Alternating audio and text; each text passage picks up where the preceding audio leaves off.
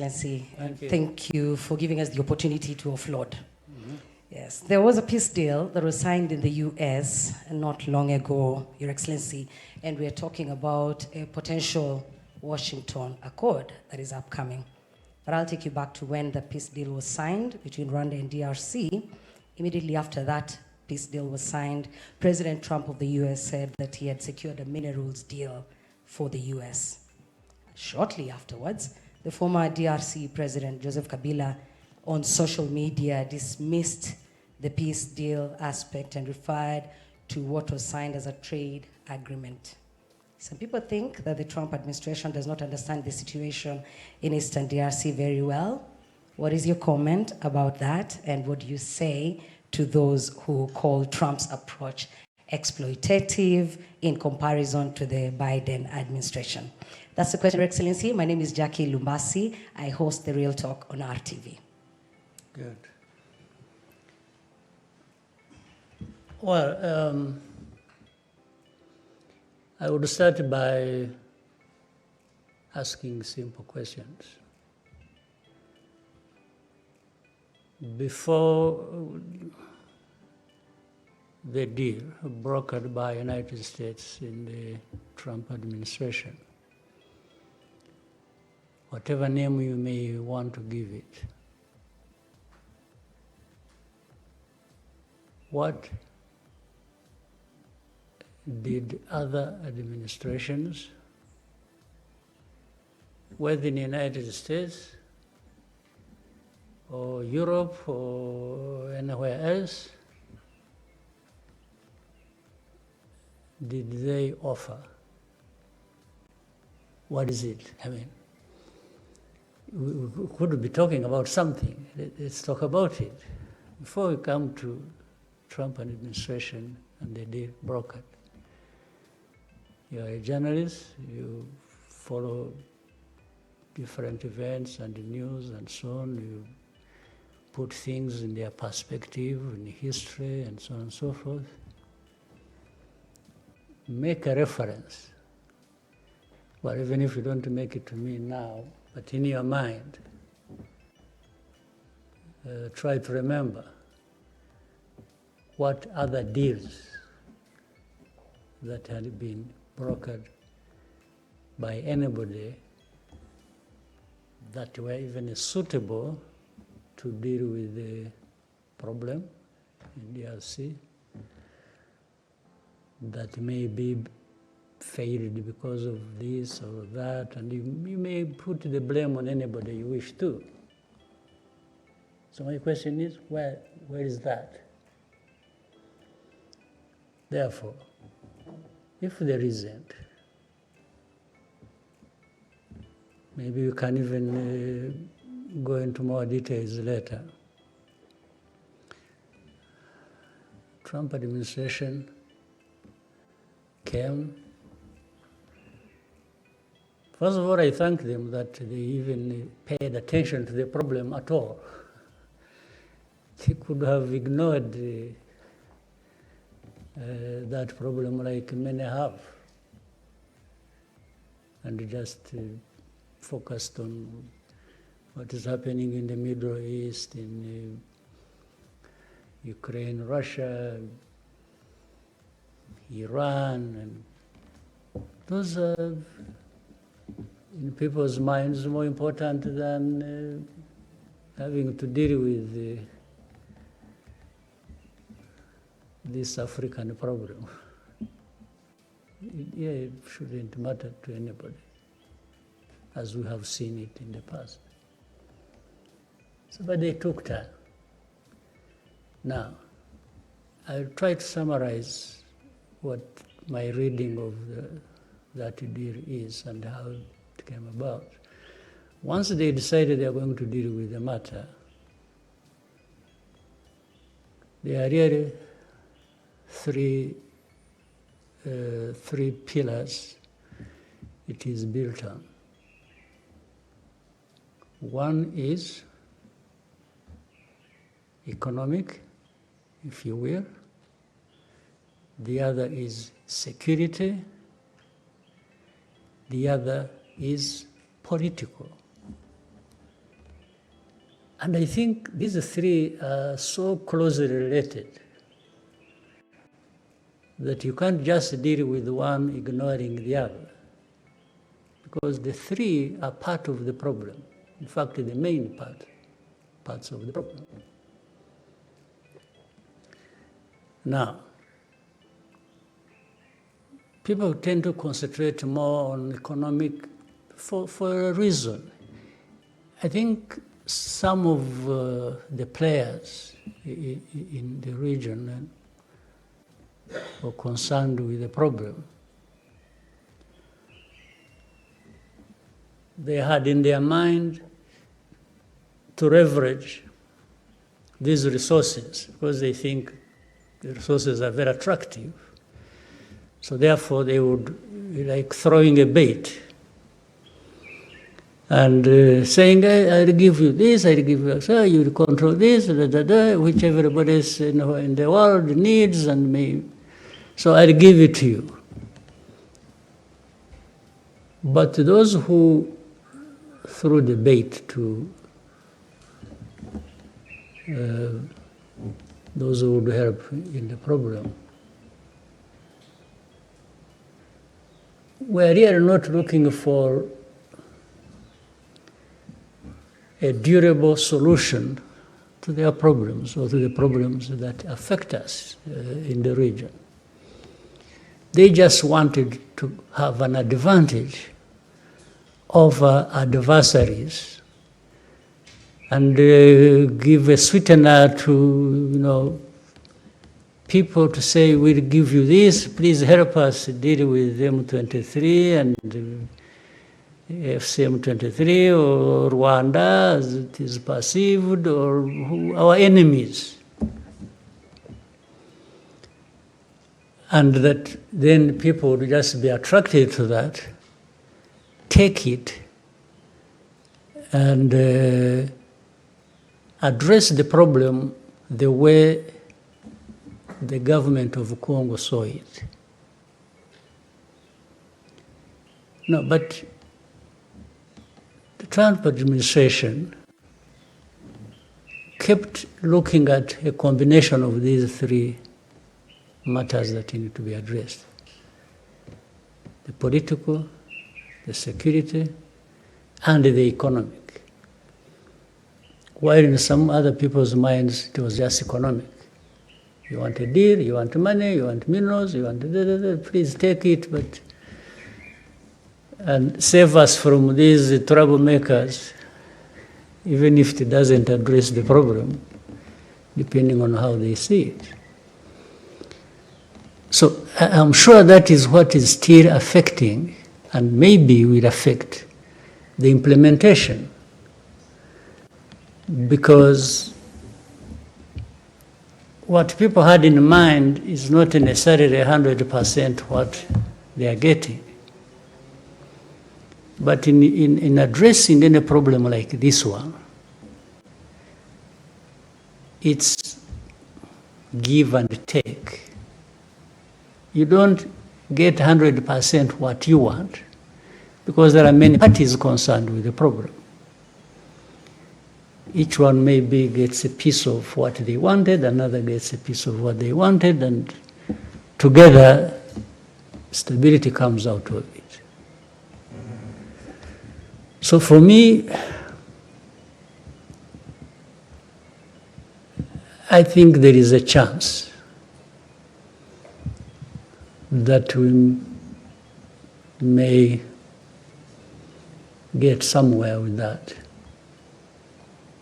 And why I asked the previous question, the other question about the previous handling, the different administrations handled this matter, it was like actually there was less caring for how to deal with this matter than we have now. Because for them it would just be M23, sanctions, Rwanda, and that's it.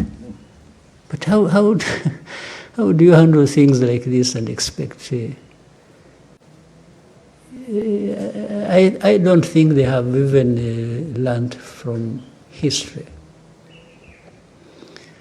In fact, it is the same people also who failed in those years that, and now because we talk to many of them, it's like, yeah, but what do you think about this Trump thing? You know, yeah, you know, we see, but, and it's like they don't even hide the fact that they are disappointed because they are not at the center of it. It's like, what do we have? For us, what do we have in it? And I tell them, but that's none of my business. You were here all these years doing nothing except doing the wrong thing. Because I asked some of them, when you really went all out and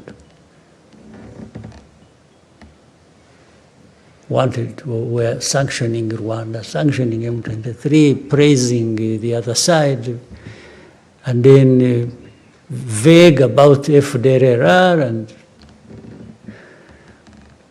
you know, what did you really think you were doing that would address the problem?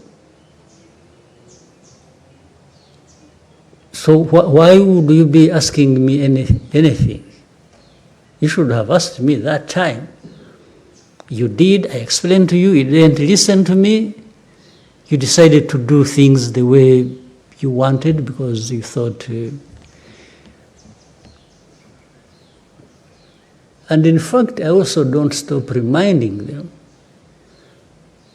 that actually they are part of the problem. The main part of the problem of this Congo situation is external, in actual fact. Look at the UN presence in Congo. How many years has it been there now? So, and I keep asking people, you sat long ago and they decided to create this mission. You did. But it's a couple of decades it's been there. You never take stock of what you achieved, what you are doing there. But you keep running with the machine, keeps going. Second, coupled with that, if you look at, you have heard of something called the group of experts who tell the stories of what's happening on the ground, who are supposed to guide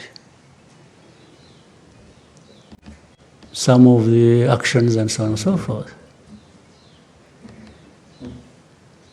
The expertise they provide, the reports they write, actually do not have anything to do with the situation itself. These reports were written long ago, when they were being given the mission. So they just come to make sure that everything conforms to that as of origin. Because that's why you always find it's all others guilty in this situation of different things, except the actual perpetrators. You will never find they write anything comprehensively about FDLR. You will never find they write anything comprehensively about how government institutions are connected with FDLR in spreading hate ideology, genocide ideology. Things that are done in broad daylight for everybody to see. So you wonder how experts cannot see that. But all the reports, 75%, it's blame on AFC M23 and Rwanda. And they always tight because there's a Rwanda-backed M23. You will tell me in your research if you ever saw anywhere DRC-backed FDLR.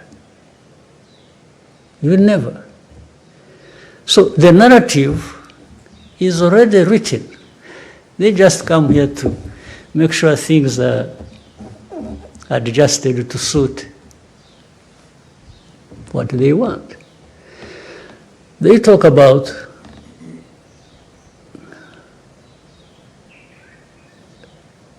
minerals as the center of the whole problem.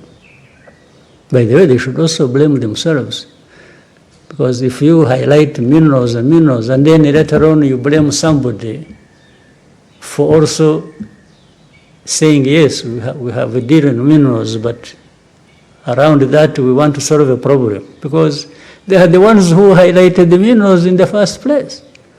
So how do they blame Trump administration for saying we got a big deal on minerals? Yeah, but you made the minerals the issue. You, the people who are blaming everybody, including blaming Trump administration. But the way they used that, it was like Rwanda is just in Congo doing whatever, supporting M23, or even the existence of M23 is about minerals, according to them. So they keep playing, even overplaying this narrative.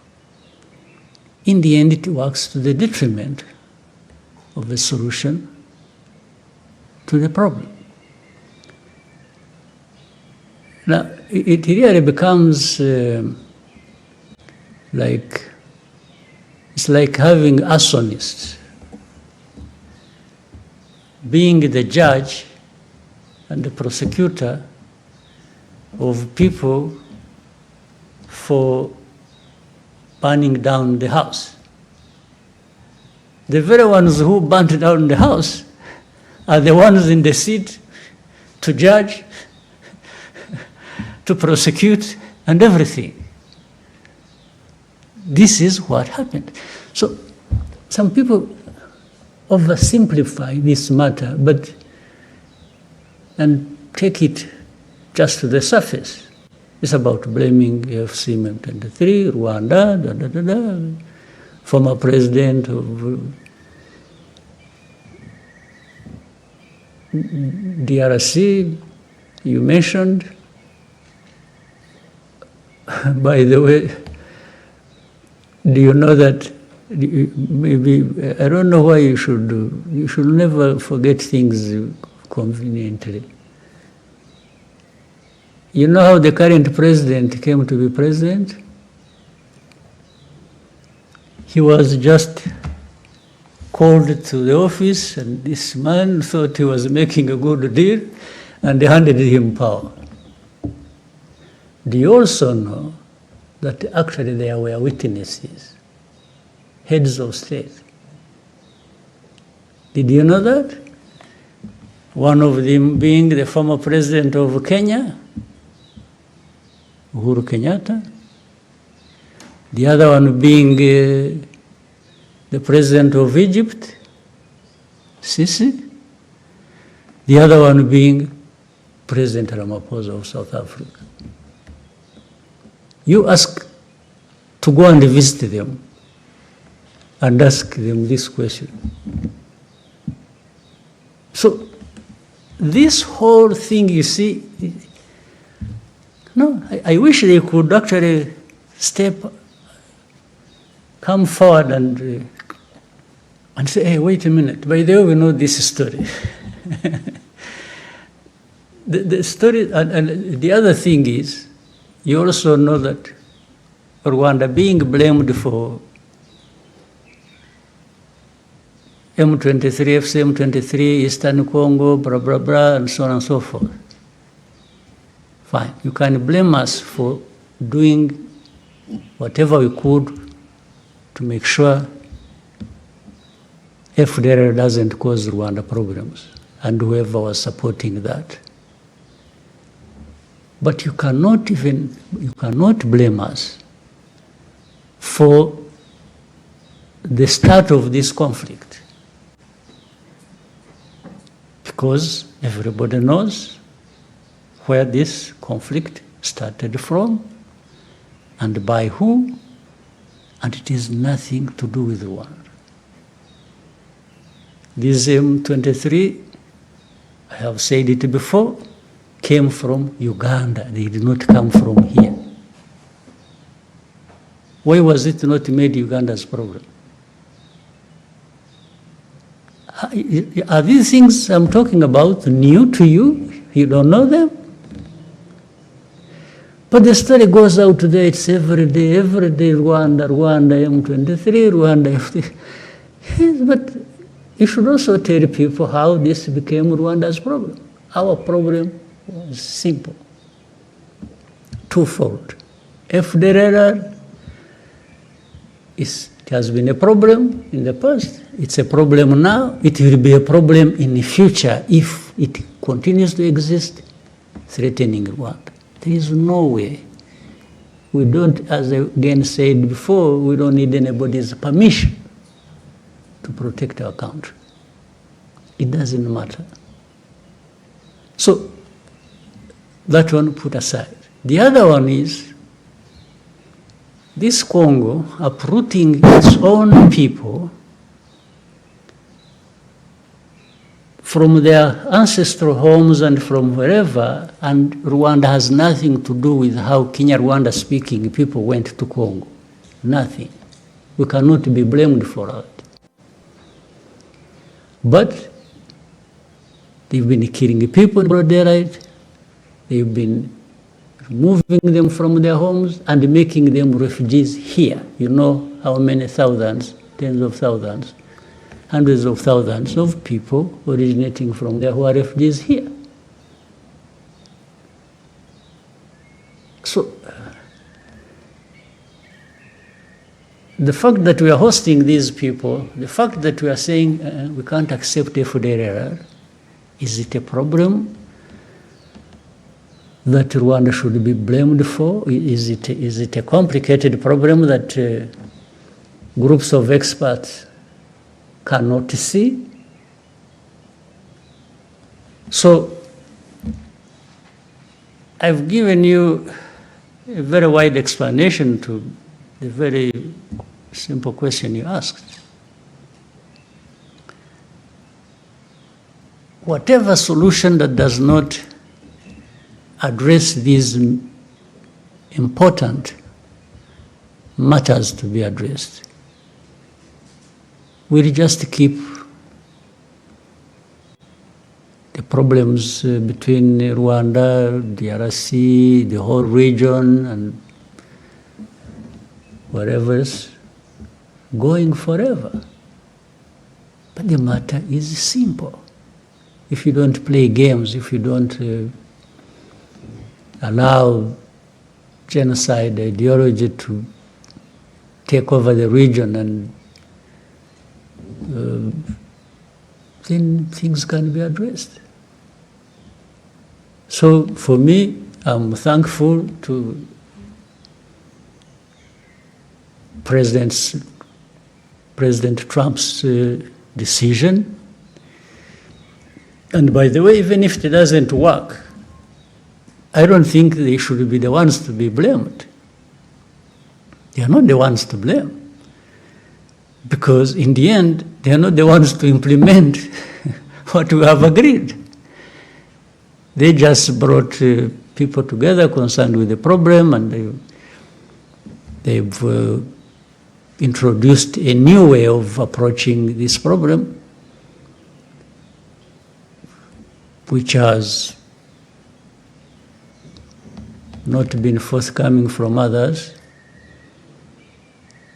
And so here, it's our job, it's our task for us in the region to implement that, or DRC or Rwanda, implement. They are part of the bargain in the agreement.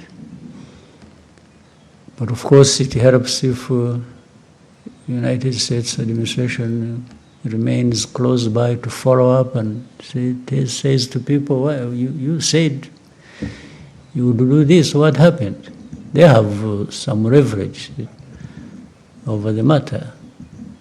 So, I think I have, I did it so broadly to preempt other questions related coming. Yes, okay. Thank you.